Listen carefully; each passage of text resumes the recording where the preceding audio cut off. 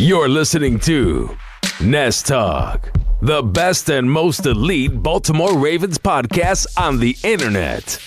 Now, here's your host, Christopher Linfante.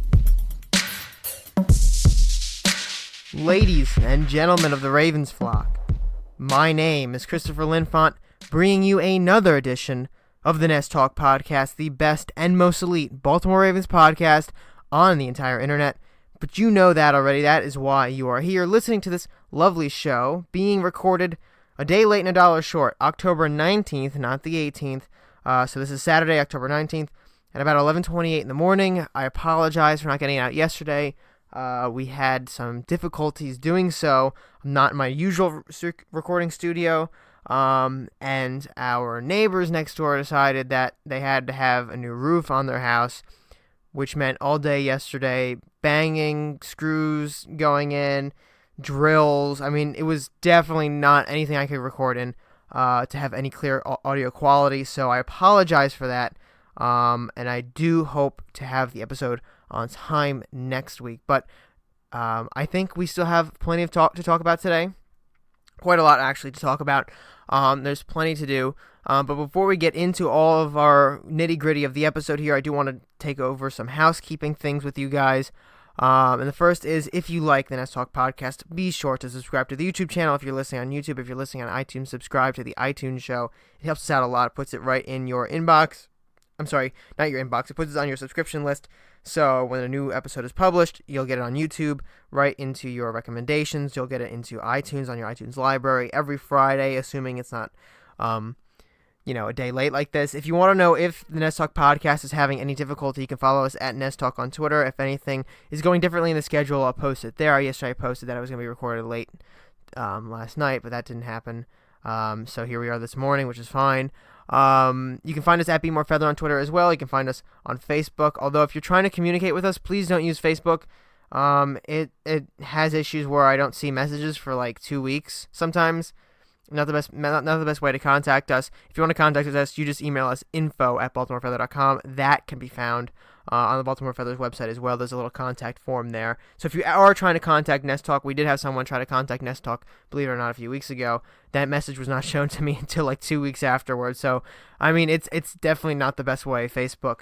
But if you want to find us on Facebook, you can get the Nest Talk posts there. On the Nest Talk page. If you search up Nest Talk, you can find it, like it, follow it. All the new podcasts will be published there. You just click on it and go. Of course, you can also find Nest Talk. You can find the Baltimore Feather on Facebook as well. That's just Baltimore Feather. Look up that, and you'll find the ability to like it, follow it. You'll get all the latest Ravens articles there as well. You can find me at Chris Linfante on Twitter. That's my personal Twitter handle. Don't talk about just Ravens on there, other things as well. And, of course, to finish it all off, you can subscribe to the email list on the Baltimore Feather website, baltimorefeather.com. That puts all the latest Ravens news and opinion articles that I write into your email inbox. So even if there's a new Nest Talk, it'll go straight to your email inbox. If there's a breaking news story like Marcus Peters when he was traded for, and you're not on Twitter all day like I am, right? If you're not addicted to Twitter like the rest of society and you just want to know what's going on, an email list subscription can definitely help you. It'll put it right in your email inbox, and a Marcus Peters trade will go right to your email. So you check your email, and you're like, whoa, we just traded for Marcus Peters, which is exactly what happened. And of course, we'll talk about that in this week's episode of Nest Talk. This is episode 49, by the way, again being recorded on October 19th, 2019 at 11:32 in the morning at this point. So very, very interesting stuff going on this week. And that's going to wrap up our housekeeping, and we're going to jump into this interesting stuff that happened this week. But, of course, we're going to start off with injuries. It's definitely not my favorite part of the show, but it's got to get covered. The Baltimore Ravens always have injuries. It's just, how football is played. It's a violent sport here. And, of course, we try to start every show telling you what the injuries are before the upcoming game. And tomorrow, the Baltimore Ravens will take on the Seattle Seahawks in Seattle, one of the loudest environments in the entire NFL. So they're actually going to play in the two loudest environments this season, Kansas City and Seattle. And they may be without some people. So the Ravens injury report does not have the Friday practice list, but I do have it. Thank you to Jeff Zrebick, who posts all of this on Twitter. You follow him at Jeff Zrebick on Twitter. That's Jeff ZREBIEC on Twitter, and he is probably the best Ravens insider. I get a lot of information from him. So, I mean, the most important thing to know about the Ravens players that did not participate in practice on Friday. Marquise Brown did not participate with an ankle injury. Patrick Onwuasor also did not participate with an ankle injury. Maurice Kennedy is day-to-day with a thigh, did not participate. And Anthony Averett is out with an ankle injury as well. The Ravens' Pernell McPhee was not at practice, did not participate, but traditionally, according to Jeff Drebick, he gets a vet day off on Friday. So that's not really significant in looking at the injuries for Sunday. Now, I can't speak today. The actual official injury report for the Baltimore Ravens. We don't have the Friday numbers here, but we do have Thursday practices and who did not participate, who did participate. So Marquise Brown did not participate on Thursday with that ankle injury. Maurice Kennedy with the thigh injury did not participate. Brandon Carr did not participate on Wednesday, but was a full participant in Thursday's practice. Wasn't injury related. Mark Ingram didn't participate on Wednesday either, but he was out with a non-injury related whatever it is. He was a full participant in Thursday's practice. Patrick Onwuasor did not practice Wednesday or Thursday or Friday with that ankle injury. Ronnie Stanley had a knee injury, did not participate in Wednesday's practice, but was limited in Thursday. He could play, maybe he doesn't play, we don't know yet. Earl Thomas did not participate in Wednesday's practice. It's like a theme for him, not participating in Wednesday's practice, but it's never injury related because he was a full participant in Thursday's practice. Jimmy Smith is back at practice again this week. He, with this knee injury, was limited in both Wednesday and Thursday. I believe he was limited on Friday as well. Don't expect him to play, though, this Sunday. Brandon Williams, non-injury related absence in Thursday's practice. And Anthony Averett did not participate in Thursday's practice with an ankle injury. He did not participate on Friday's practice as well. So what does this all mean? Well, John Harbaugh said he won't rule out Marquise Brown or Patrick Onwuasor from playing, but they haven't practiced at all this week. They didn't practice part of last week, I believe. They didn't play in last week's game. So Marquise Brown and Patrick Onwuasor, I personally don't expect to play. Which is a problem. The Ravens definitely want Marquise Brown in. I mean, he had a fantastic first couple games. He's been kind of up and down since then. And with this injury, I mean, questions of his longevity are being raised on this with Marquise Brown because, of course, you have the Linfante foot injury he came into the league with. Now he's dealing with the ankle injury on the opposite leg. So that's definitely not a good sign there, but hopefully he can get through this before next week's game. Actually, they have a bye week next week. Before the Patriots game, November 3rd, which is huge. They need Marquise Brown to play in that game. Patrick Onwuasor, I mean, the inside linebackers group is a mess, but LJ Fort and Josh Bynes are holding it down pretty well. I don't think he'll play on Sunday. This is just my intuition. I don't have specific sources telling me this. But I think that he's probably not going to play. Now, Maurice Kennedy, Anthony Averett, two cornerbacks here that might or might not play. I mean, I kind of doubt they'll both play. Anthony Averett has been inactive for weeks now, after being burned a few times. And Maurice Kennedy had a few good plays in some good games, but he hasn't been the cornerback the Baltimore Ravens want, the cornerback the Baltimore Ravens need. And with Marcus Peters obviously going to play a lot in Sunday's game, they don't really need that depth anymore with Brandon Carr in there as well. They have three healthy corners that are going to be important for them, and they've got Bennett Jackson, who we'll talk about in a second now as well. Regarding Jimmy Smith, I don't think he's going to play. He's limited in practice, but, coming back from that knee injury, they don't want to rush him in. They don't want to make it worse than it is, so I don't think he's going to play, even though he was limited in practice. I'm going to wait till he's a full participant in practice before I give him the green light on coming back into the game if I'm Harbaugh. Everybody else, though, looks like they'll probably play. I think obviously Brandon Williams will play. He was a non-injury-related absence. There's really no one else I'm doubtful for on playing. I mean, Ronnie Stanley, you have the possibility he doesn't play at left tackle, but I do think he will play. I don't think he's going to miss this important game, especially since he was limited at practice, not completely out of practice on Thursday, and he was again in practice on Friday, although I don't know if he was limited or a full participant.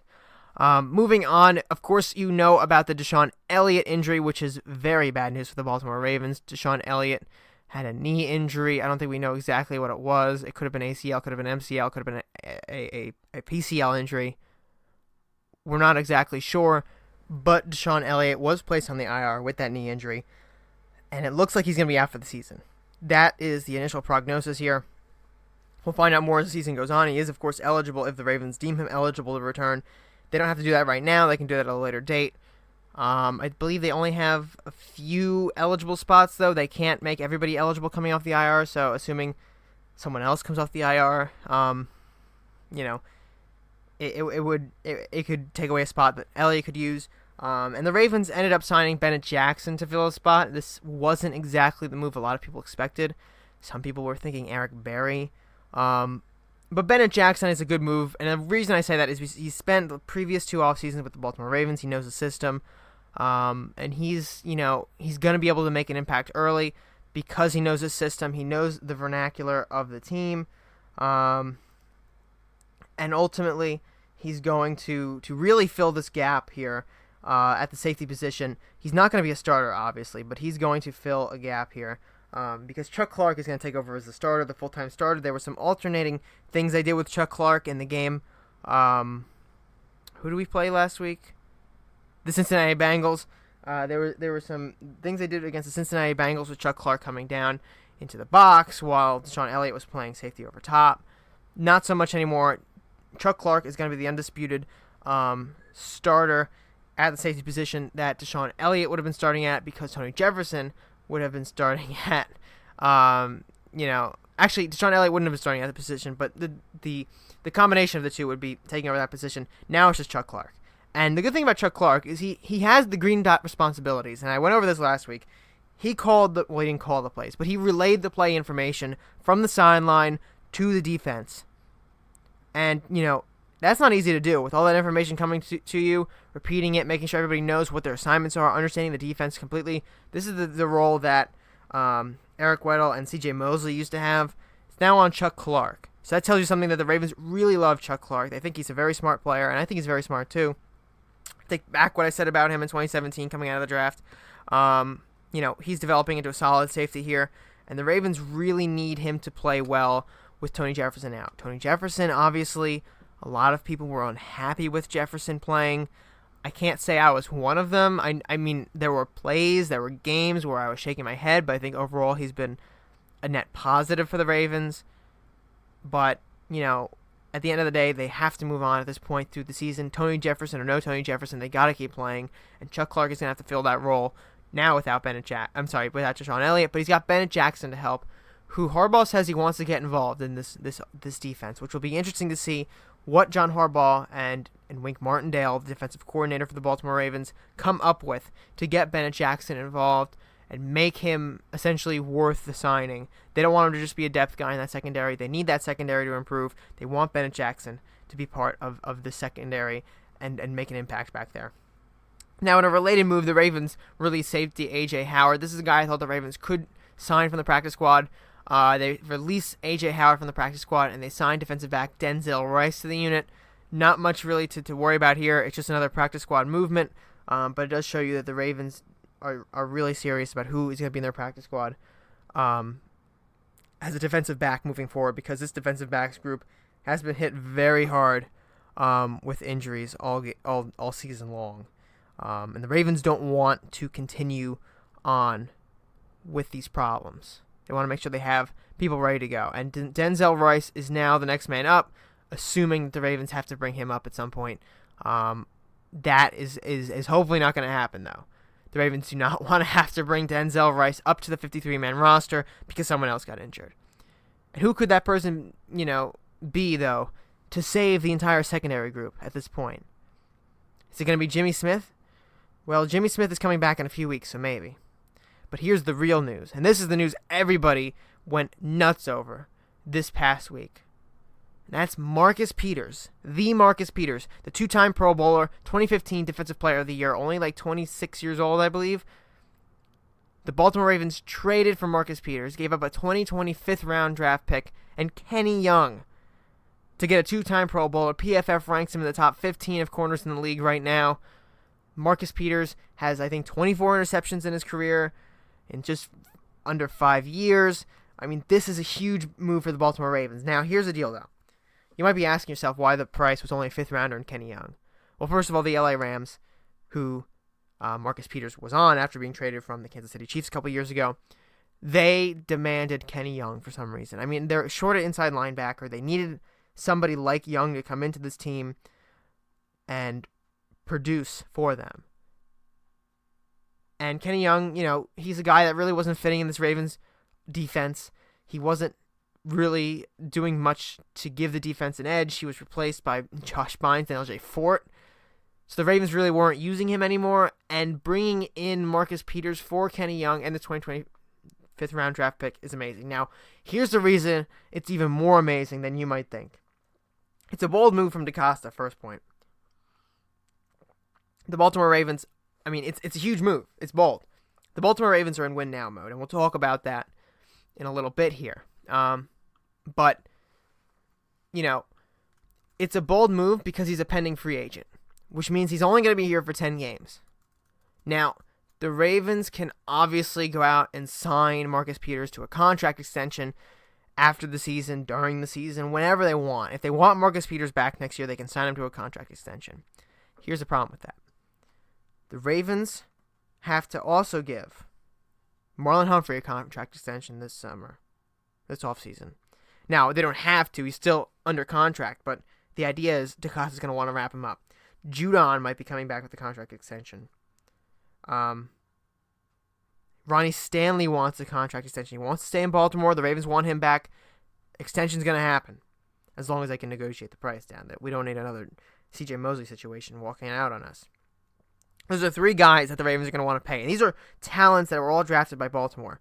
It would be a very, very bad look if the Baltimore Ravens went out and said, you know what, Matt Judon, you know what, Ronnie Stanley, you guys aren't getting contract extensions because we're going to extend this guy we just traded for this year, Marcus Peters.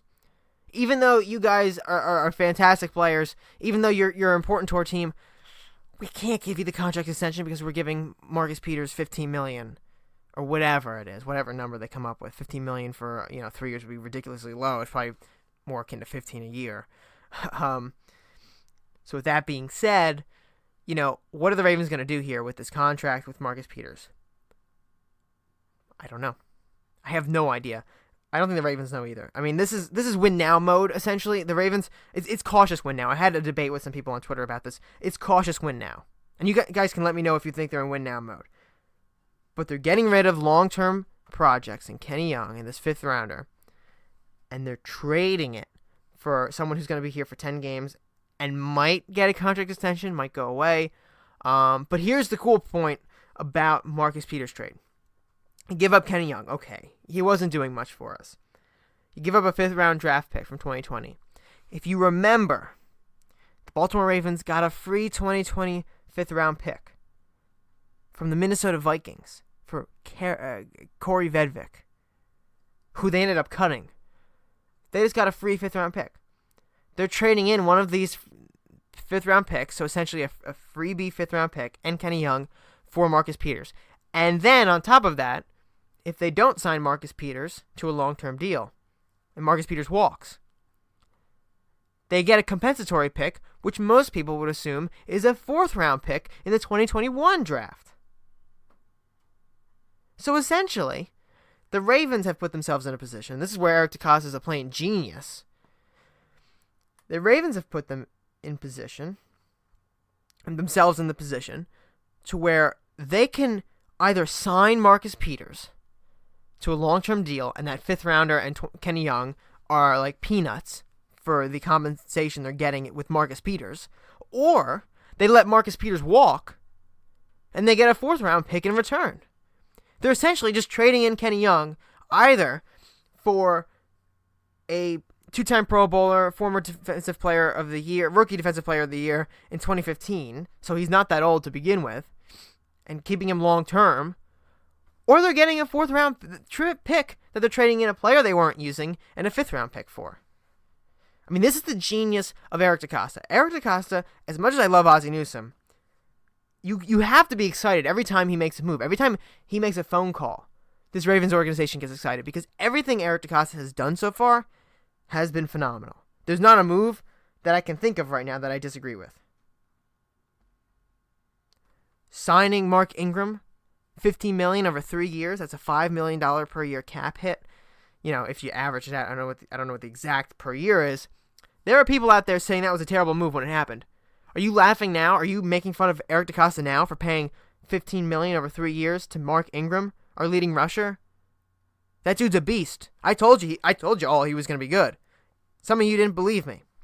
And here we are now, in October of 2019, halfway done with October, and Mark Ingram is running like a maniac out there.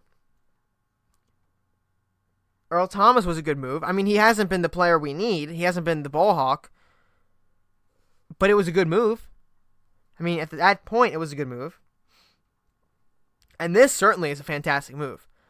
And I'm ready to move on from Kenny Young. I understand that Kenny Young was a long-term project. But the Ravens, we are in win-now mode. And again, people are debating me, vehemently opposing the notion that the Ravens are in win-now mode. But to be in win-now mode does not mean you have to win with... You have to trade in all your draft picks. You have to put all the chips on the table and say, we're winning this season the Super Bowl or bust. That's not what win-now mode is. That's not the Ravens' version of win-now. The Ravens, really, I mean, the last time I think the Ravens were in win-now would be 2014, maybe, when they get Steve Smith, some of the other guys that come in free agency. The Ravens think they have a roster that can compete for a Super Bowl. I'm not saying by going into win-now mode, the Baltimore Ravens are going out and are going to trade in all their first-round picks for Jalen Ramsey, which is stupid. It's stupid to trade in your first-round picks. 2 of them, the LA Rams are trading it for Jalen Ramsey, when you had Marcus Peters to begin with. That's a slight upgrade. That's not going to fix the larger problem of the Los Angeles Rams. I guarantee you it won't.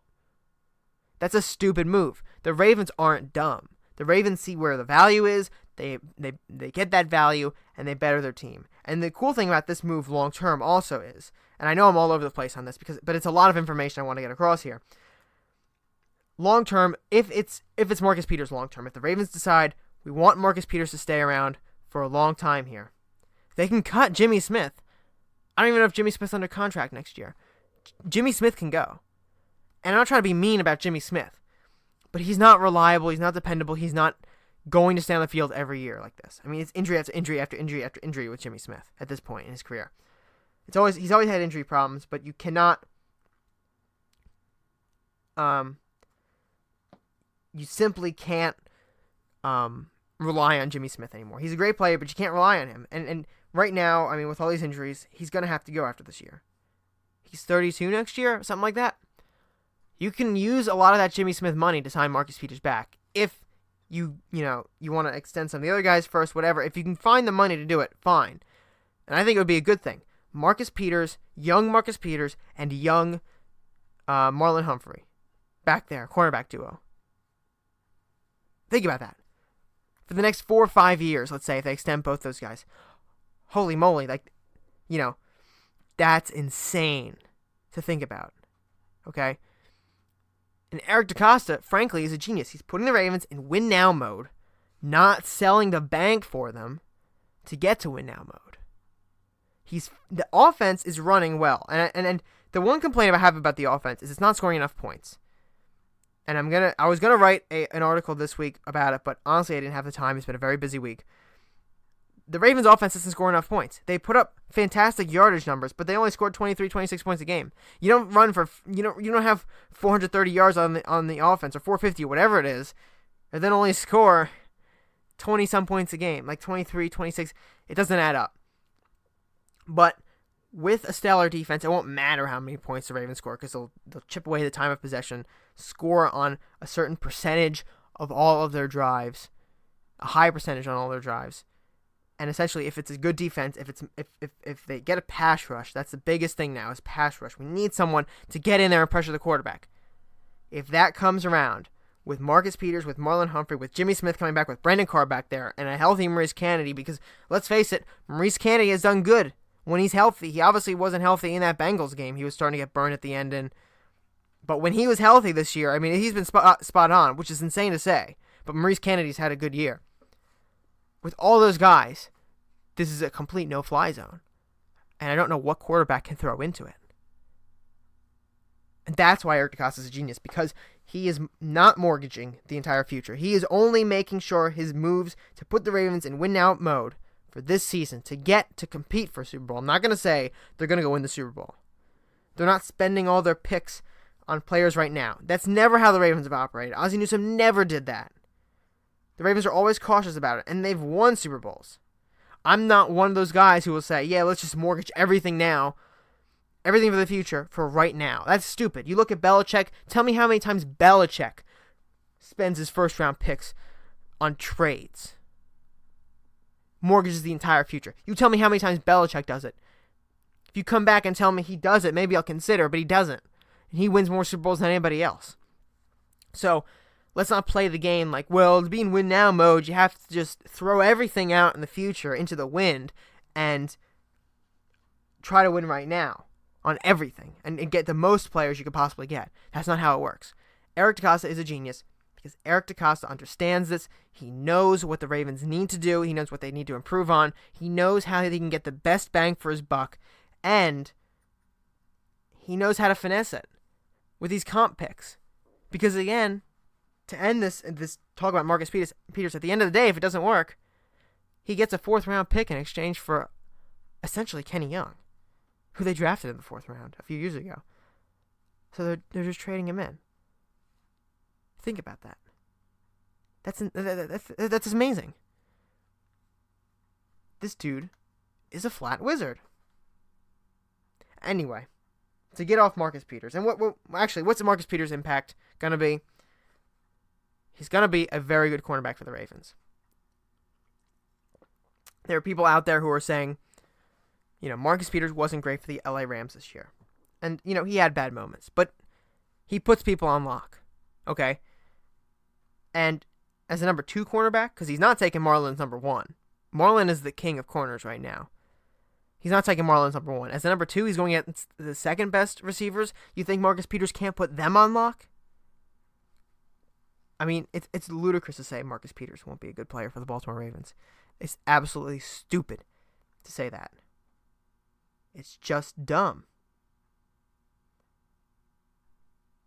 Anyway, moving on now. The Baltimore Ravens have a number switch. This barely happens mid-season, but it happens because Marcus Peters comes in, and Peters wanted to be somewhere in the 20s, and Brandon Carr was nice enough to give him 24. Carr goes back to his rookie number 39. Thought I should just mention that. Shout out to Brandon Carr for being everybody's favorite player in the National Football League, for being such a good guy. And here he goes again, giving up his number for a new teammate. Helps out that chemistry in the locker room, that's for sure.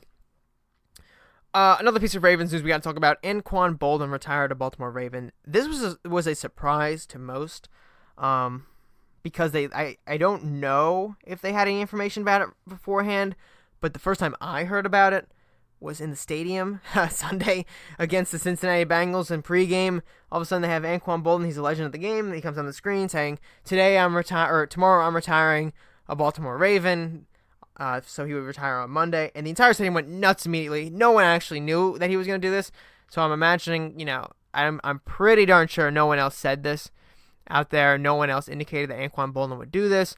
It's just a nice token. I mean, he was a huge impact from 2010 to 2012, and honestly, I mean, trading him away after 2012, I mean, there had to be some sort of claw. The Harbaugh brothers must have signed their name in blood or something on some sort of contract, because just don't trade away your number 1 receiver for a low round draft pick like that, right? To the team that you just beat in the Super Bowl. I mean, I'm convinced that the Harbaugh brothers said, okay, well, if I win, I'll give you a player. If you win, I get a player, right? Honestly, maybe that's what happened, because that doesn't make any sense. And the Ravens should not have traded away Anquan Boldin after 2012. They should not have. That offense in 2013 sucked because there was no Anquan Boldin. Let's be real. You take away number 1 receiver and you give Flacco. I mean, no offense to Torrey Smith. I love me some Torrey Smith. But Torrey Smith isn't the kind of guy Anquan Boldin was. They're two wildly different receivers.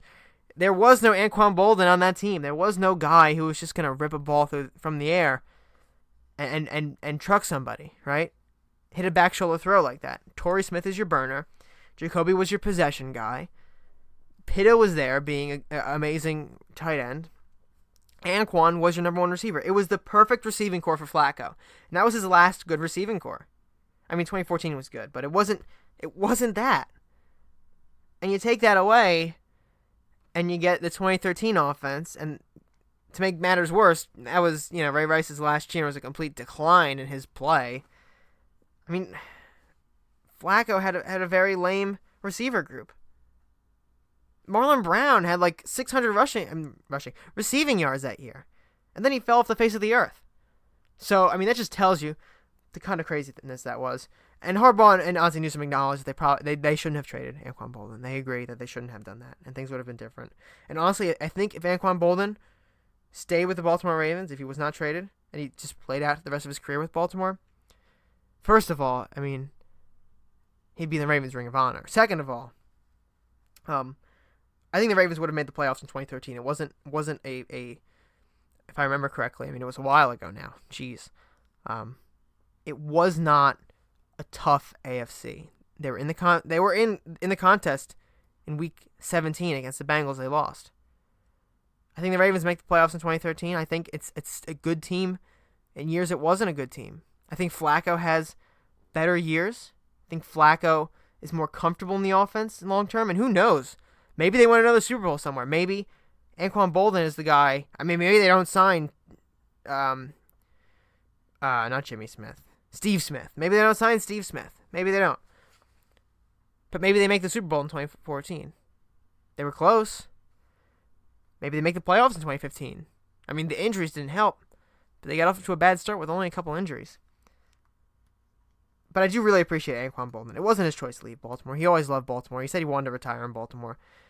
Should never have traded him. I'm happy he retired as a Raven. It's really, really an honor to have him back in Baltimore, and really to see him, considering Baltimore, his team. He looked best in purple and black anyway.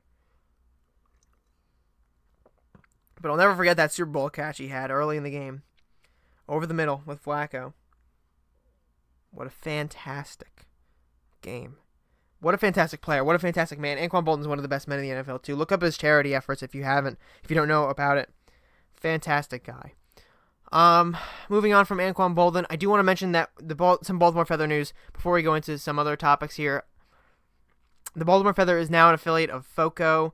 And I just want to make sure everyone's aware of this, what this means.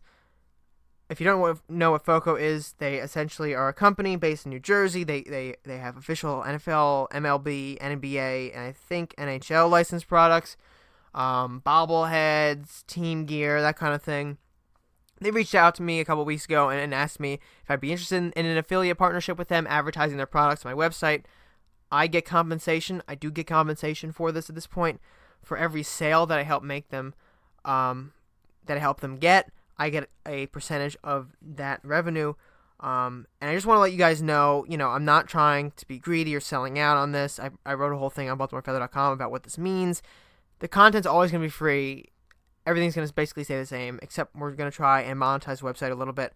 I want to make the website better. I think if I make enough money, I could potentially hire actual, other writers. So, the website isn't completely dependent on my writing, which means I would have more time to focus on the podcast, more time to focus on developing the website into something else.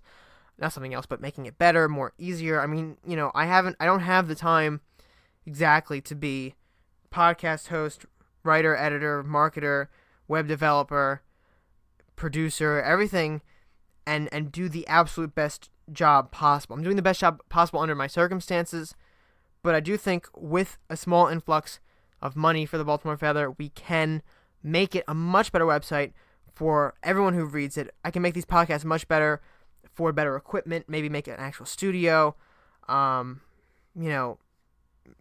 intros, get bumpers, that kind of thing. All the money I get from this is actually being poured back in the website. I'm not pocketing any of it. So, I mean, if you see it, please don't think, I'm selling out or anything. I'm just trying, essentially, to make the website viable for the future. Because it does cost money to actually run. I have never made money off of this website. The only time I had an advertising deal was one sponsored post last year by a local Maryland business. And that was it. And, I'm not complaining. I'm not trying to say, well, woe is me, I'm losing money. I do this because I like it. If I didn't like it, I wouldn't do it. But the idea of being able potentially make it better beyond what it is right now, into something that's viable long term, and maybe make, a business out of it. Maybe make, get a few writers on board and make the absolute best content for everybody available and have dialogue between Ravens fans. It's something I want to see if it can happen, and I think this is the first step into doing that. I mentioned on Twitter a few weeks ago there's some things I want to do with the website. Finding an affiliate partnership with a reputable brand is one of them. I'm not trying to rehash this whole article. If you read it, then you kind of understand some of these points already. But I have to mention that I had advertising offers from some from companies out there, specifically gambling companies. And I had a few, more than a few actually, 5, 6, 7 in the past year. I turned every single one down, and the reason I did that is because I don't want to promote gambling on the Baltimore Feather or any of its affiliates, subsidiaries in, Nest Talk or Goal Line Stands. I didn't want to do that because, frankly, it's not my place to tell someone whether or not to gamble. It's a personal decision. I don't really necessarily have, a moral stance on it myself. I think if it's your money, you can do what you want with it, but I'm not going to coax any of our players, I'm thinking too much Ravens here, any of our readers, any of our listeners into gambling. I don't think that would be right. That wouldn't be, it just wouldn't be right for me to do. It's not my place. But with the difference with FOCO is FOCO, has a large reputable business. They make quality products, they're good. They're things that Ravens fans want. You're getting a good deal for your money. And honestly, I'm more comfortable with a business like that partnering long-term with, as an affiliate, than I am, promoting, some gambling website in some sketchy area. I mean, some of them weren't even from the U.S. Some of them were Canadians that you would go to the website and it would be like, well, you might not be able to access this in your country. And I'm thinking to myself, nope, we're out. Anytime I got a gambling, proposal, it had to be at least 7 or 8 times, in all honesty. I just turned it down. I couldn't do it. So again, if you want to browse FOCO's products, first you should go to Baltimore Feather to do it and click on the link to FOCO on the bottom of the page. The reason I say that is because, again, every sale from FOCO, if you make a purchase, if it's something you like, right now I'm helping them promote their Lamar Jackson bobblehead, which is honestly the coolest thing in the world. It's got these like Ravens wings on the back of it. It's sick. I'm actually getting one in the mail this week, which I'm really happy about. We'll get to see what it actually looks like, unbox it. Maybe I'll do a video or something on it. But, they have some cool products on there. And if you do it through my website, it's no cost to you, and it helps the Baltimore Feather out. And again, all money is going to be put back into this marketing, better quality, maybe recording equipment in the future, new bumpers, soundtracks, whatever I think is necessary to improve the Baltimore Feather and all of the subsidiaries and the podcasts in the future. That's where the money is going to go. And you can check that out by going to baltimorefeather.com, finding the link to FOCO. There's actually a link for the bobblehead, too, if you're specifically interested in that bobblehead, and checking them out. And, of course, you don't have to buy anything. But if there is something you like, make sure you use our affiliate link. It helps us out tremendously. Moving on now, I was asked a question. I said in the previous episode, I want us to get some questions in. And our first question, and our only question for this week, actually, comes from Mr. Donovan Sales Sr. Shout out to Donovan Sales Sr., man. I know you're listening, dude, because you listen to everything. Every time I post a podcast, you're always in those comments being super supportive. You and some other people in there that I always keep seeing giving me supportive comments, asking questions, having good Ravens dialogue. It's always fun to have a lot of talk in those comments. But he asked me a question in a comment, and I think I responded to him. He says, quote, I 100% agree with you about Marlon. And for those of you that don't know, I said Marlon is one of the best cornerbacks, if not the best cornerback in the league last week. But then he said, but I keep hearing about the Pats Gilmore. What do you think? And that's a good question, Donovan, because Gilmore, a lot of people really like Stephon Gilmore. And I like Stephon Gilmore a lot. He's a very good corner. You saw him go up against Golden Tate. If you watched the game Sunday Night Football a couple weeks ago, the New York Giants, and Golden Tate is a good possession receiver. He's not the best receiver in the world, but he's good. But they had this highlight reel of Stephon Gilmore on him. And, someone on Twitter said he was like a gnat because he just is always there. You can't get away from him. And honestly, I agree. Stephon Gilmore is 100% one of the best corners in the league. Absolutely. But did Stephon Gilmore lock down OBJ? Did Stephon Gilmore lock down Juju Smith-Schuster next week? Don't think so. I mean, it's difficult at times to compare side-by-side Marlon and Stephon because you really need to dive super deep into the tape because they're similar players. They're both lockdown corners. They both can sit on an island. And they're both in the top 3, top 2. I mean, it's got to be one or the other at this point. But maybe I'm biased, but I certainly think that Marlon Humphrey is the best cornerback in the NFL right now. How many players in back-to-back weeks can lock up Odell Beckham Jr. and then Juju Smith-Schuster? How many? How many players are that good? I mean, maybe Gilmore can do it. I'm sure he can definitely put damage on the two, but I don't think he's going to be able to lock him down like that. And, you could say, well, what did he do against Cincinnati? Well, he got a pick. He got 2 pass deflections there, and there's no AJ Green, so it didn't really, it's not the same comparison here. So, but in the secondary, I think what's most telling is it's a secondary that's not very good in Baltimore. Now it's better with Marcus Peters, but it wasn't very good for a while this season.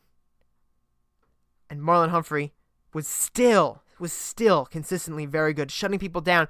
That Cleveland Browns game, that defense sucked. But he shut down Odell Beckham Jr. They couldn't go through Odell because Marlon shut him down. We don't know what Stephon Gilmore would be like in a bad secondary. We don't know. Okay, we just flat out don't know. No one's ever experienced it because they have a good secondary. They got the McCourty brothers over there. I think they still got Harmon in there. They got Stephon Gilmore up in New England. I mean, it's a very good secondary. Patrick Chung, I don't know, is he still suspended? Something like that. It's a very good secondary. But we don't know what Stephon Gilmore is going to do in a really bad secondary. He played for the Bills for a couple of years. He wasn't the best corner on the Bills. In the league. He was the best corner. He was the best corner on the Bills. He wasn't the best corner in the league on the Bills. Now with the Patriots being talked about as the best corner. I'm not trying to rip on anybody. But, what was his name? Malcolm Brown, something like that. Malcolm Butler was a very good cornerback for the New England Patriots. I think he went to the Titans, one of those other teams. He's been decent, but he's not very good anymore. I mean, he came to prominence because of that pick he got, then became a starter and balled out. The Patriots have an outstanding system, but when you take Patriots players out of their system, they tend not to work a lot. I mean, just look at, Matt Castle had that fantastic year in 08, 09, something like that. I think it was 08. Goes to Kansas City, has like a good year or two, and then he flops. Guys who leave the Patriots system, for some reason, just don't tend to work out too well, because it's that good of a system. So I don't know what Stephon Gilmore would be without the Patriots. And for that reason, because we know what Marlon Humphrey is, on a bad secondary, he's still a lockdown corner. He's the best corner in the league. He's better than Ramsey. He's better than Marcus Peters. I don't know anybody else who can compare other than Gilmore.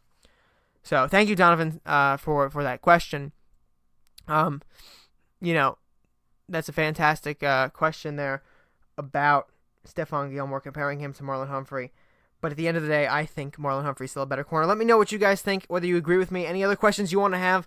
That's our only question for the week, but I would love to have other questions as well. I will answer anything you guys ask me.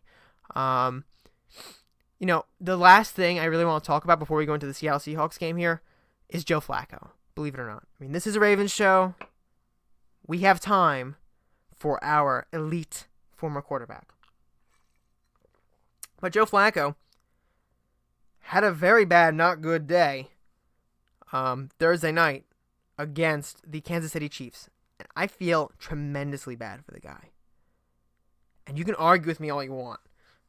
Flacco was so bad. He just sucked against the Kansas City Chiefs. He was so bad. Listen to me.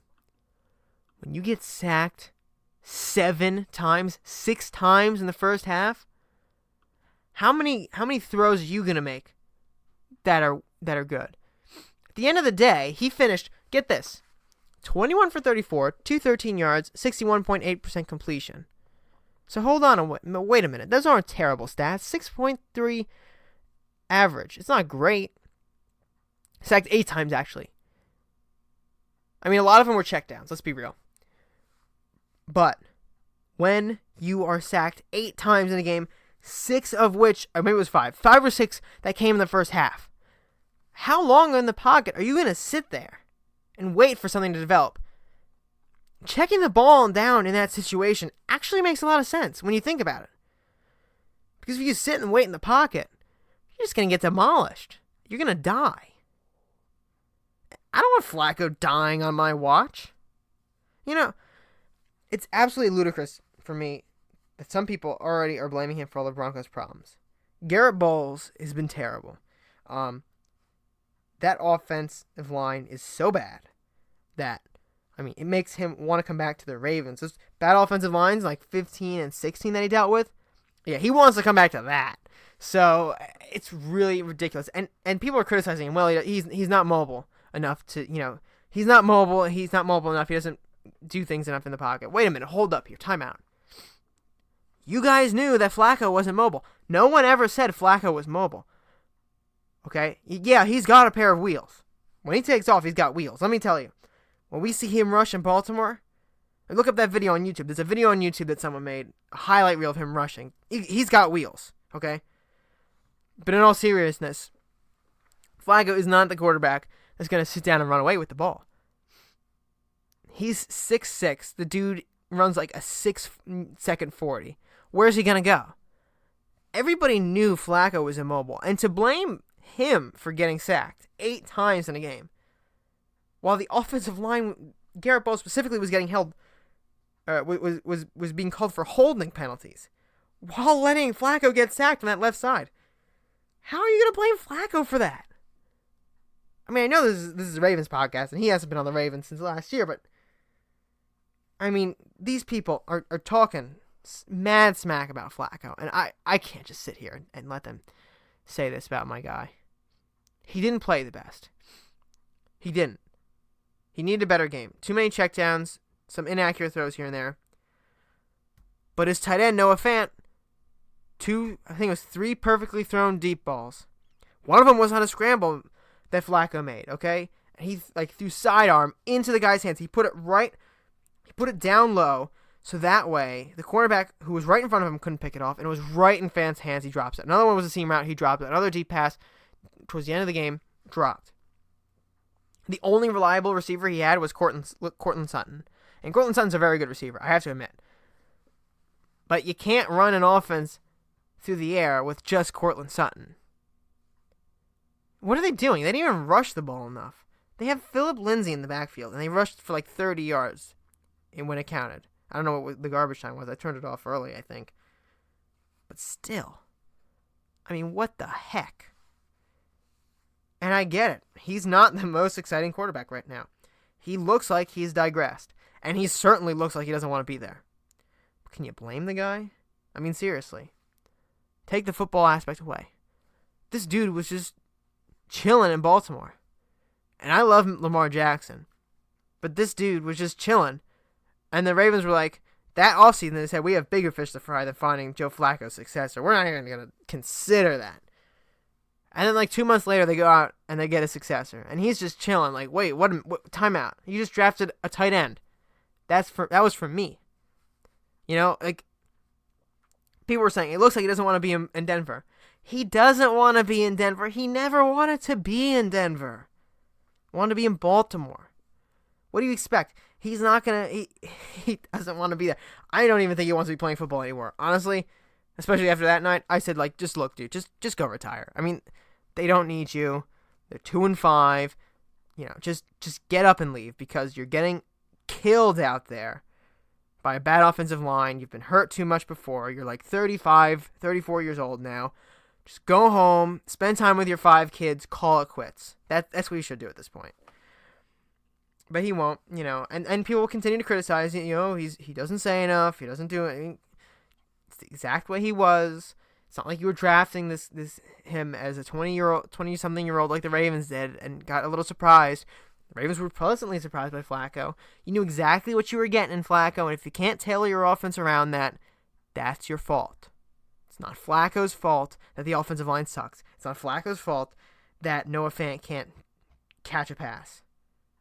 Someone told me on Twitter, Noah can't, right? Noah can't instead of Noah Fant. Yes, it's Flacco's fault for the bad plays that he makes. Yes, it's Flacco's fault that he throws inaccurate passes. And yes, it's Flacco's fault when he checks it down when he shouldn't. But can you really blame the guy for everything that's wrong with his Broncos team? No. And people are trying to do it. And you know what? I just got to say, it doesn't make any sense.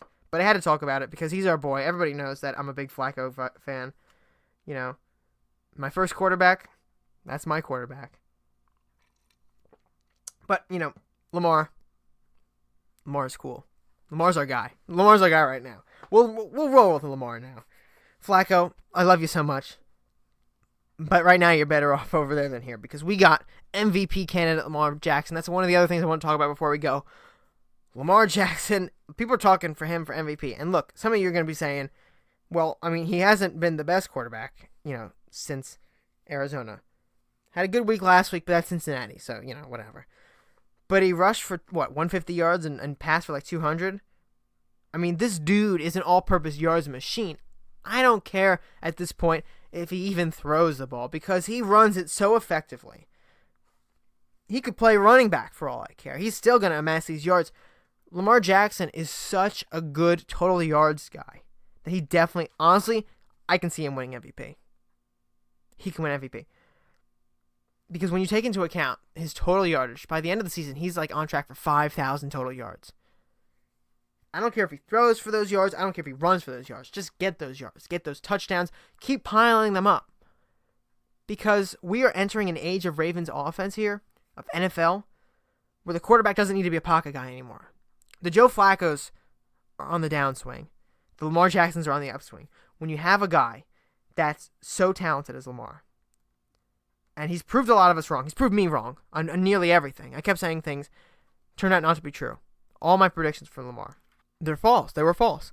He's proved us all wrong. He is an MVP candidate now, and honestly, he can win it if he keeps racking up these yards and scores these touchdowns and leads the Ravens to victory. Now, speaking of victory, the Ravens are going to go out to the Seattle Seahawks den, the Nest over in Seattle. A little bit of information about the Seattle opponent here. Seahawks are 5-1, but they've only beat teams without a winning record. They beat Cincinnati, losing record, Pittsburgh, losing record, Arizona, losing record, Los Angeles Rams, 500 record, and the Cleveland Browns, obviously a losing record because, Baker's having a bad year, and that whole team is kind of just falling apart now. But they have the 5th best offense in the league. Of course, the Ravens have the best offense, but Seattle gets an average of 399 yards per game. Interesting, though, of course, they got Chris Carson, they got Russell Wilson, they're a running team out there, but with a lot of passing, too. They can do a lot of everything. The Ravens, though, for all things they've done wrong, 4th best rushing defense in the league. And I checked that this morning, and I was like, that can't be right. But they only give up 80.7 yards per game on the ground, on average. That's pretty darn good. I gotta say, that's way better than I expected. And, with a stronger secondary and a pass rush, they'll be able to pick up their passing numbers here. And that's what's most important in a passing league is getting those passing yards in. Because if you can stop the run, that's great. But if Russell Wilson's just going to throw to Tyler Lockett on you all game, that ain't fun. But Seattle's defense is having not a great year either. They're 20th overall in defense, giving up 359 yards, 359.8 yards per game. So, right away, based on what we see here, they're going to be passing a lot. The Ravens are going to be rushing a lot. This is going to be either an offensive shootout or an underwhelming game. And the reason I say that is because it can be a shootout if the Ravens start moving fast and passing more than running. But if the Ravens are sticking on the ground and run that time of possession, it's going to be a lot less scoring and missed opportunities going to be magnified. So it really could go either way, honestly. I'm not going to say it's a shootout. I'm not going to say it's an underwhelming scoring game, but it could go either way. But there will be offensive yards on both sides of the field, I would imagine, on both sidelines. But, importantly now, who is going to be out, who's questionable, and who's doubtful for the Seattle Seahawks? Tight end Will Dissly is out with an Achilles injury. He's not playing. The Seattle Seahawks have ruled him out. Lano Hill, safety, is out, or is doubtful, I should say, with an elbow injury. He did not participate in practice this week. Questionable players. Tackle Dwayne Brown, former Texan. He has a bicep injury. Did not participate. Bradley McDougald, safety. He has a back injury. Did not participate. Ziggy Ansah, the defensive end the Ravens almost signed from the Lions this offseason, or at least there was talk about it. He was limited in practice with an ankle injury. He's questionable. DJ Fluker, the guard, hamstring injury, is limited in practice. And finally, Quentin Jefferson, the defensive end, has an oblique injury. I don't know exactly what that means, but he is limited in practice, was limited in practice as well this week. So with that being taken into account, I mean, the big thing here is Ziggy Ansah, DJ Fluker, and Dwayne Brown. You got a pass rusher, one of their better pass rushers is out with or could be out with an injury, and if Fluker and Dwayne Brown especially don't play, that could be a major problem for the Seattle Seahawks. But again, the Ravens' pass rush is pretty lackluster this year, so maybe it isn't a big deal. But in the run game, at least, it would be in the run blocking scheme. So the Seattle Seahawks, we always finish the episode with 3 key players on the opposing team. This week it's Seattle. So who are the 3 players the Baltimore Ravens need to watch out for? They're all on offense because it's probably going to be an offensive game here, dictated by the Ravens' tempo, of course. That's Russell Wilson is the first one. Russell Wilson is an MVP candidate. Obviously, he is completing 72.5% of his passes. He is the highest paid quarterback in NFL history. Also this year, 1,704 completion. 1,704 yards, 9 yards per attempt, 14 touchdowns, no interceptions. He's been sacked 16 times though. But his quarterback rating is 124.7, so the Baltimore Ravens are really going to have a hard time against him. I'm telling you right now, guys, he is going to do some damage. The question is whether Marcus Peters and Marlon Humphrey and Brandon Carr are going to be able to pick up the slack on that.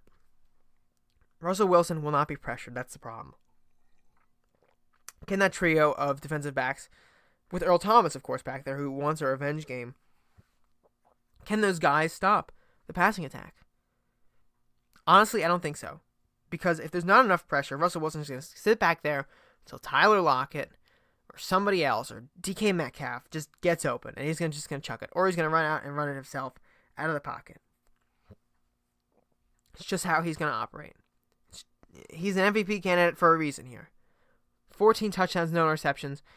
You tell me if Marcus Peters, maybe Marcus Peters, maybe Earl Thomas, maybe Marlon Humphrey, Brandon Carr, maybe they all do something crazy here. But I just don't see it. Not with the way the Ravens defense has been playing. Now you got Chris Carson in here, who's our second guy to watch. 118 carries, 504 yards on the ground, 4.3 average and 2 touchdowns. He's a decent back, but he's not the best back in the world with that 4.3 average. The Ravens' run defense is going to be important because they want to stop these guys in short yardage situations when they have the opportunity. If Seattle starts passing on them, well, they don't want them to run well. The Ravens are the 4th best I can't talk today. The Ravens are the 4th best run defense in the league statistically right now. As hard as it is to believe that, they are. So beating Chris Carson to the punch would be very important for them to maintain that defensive prowess. Now, finally, Tyler Lockett is our last guy we're going to talk about.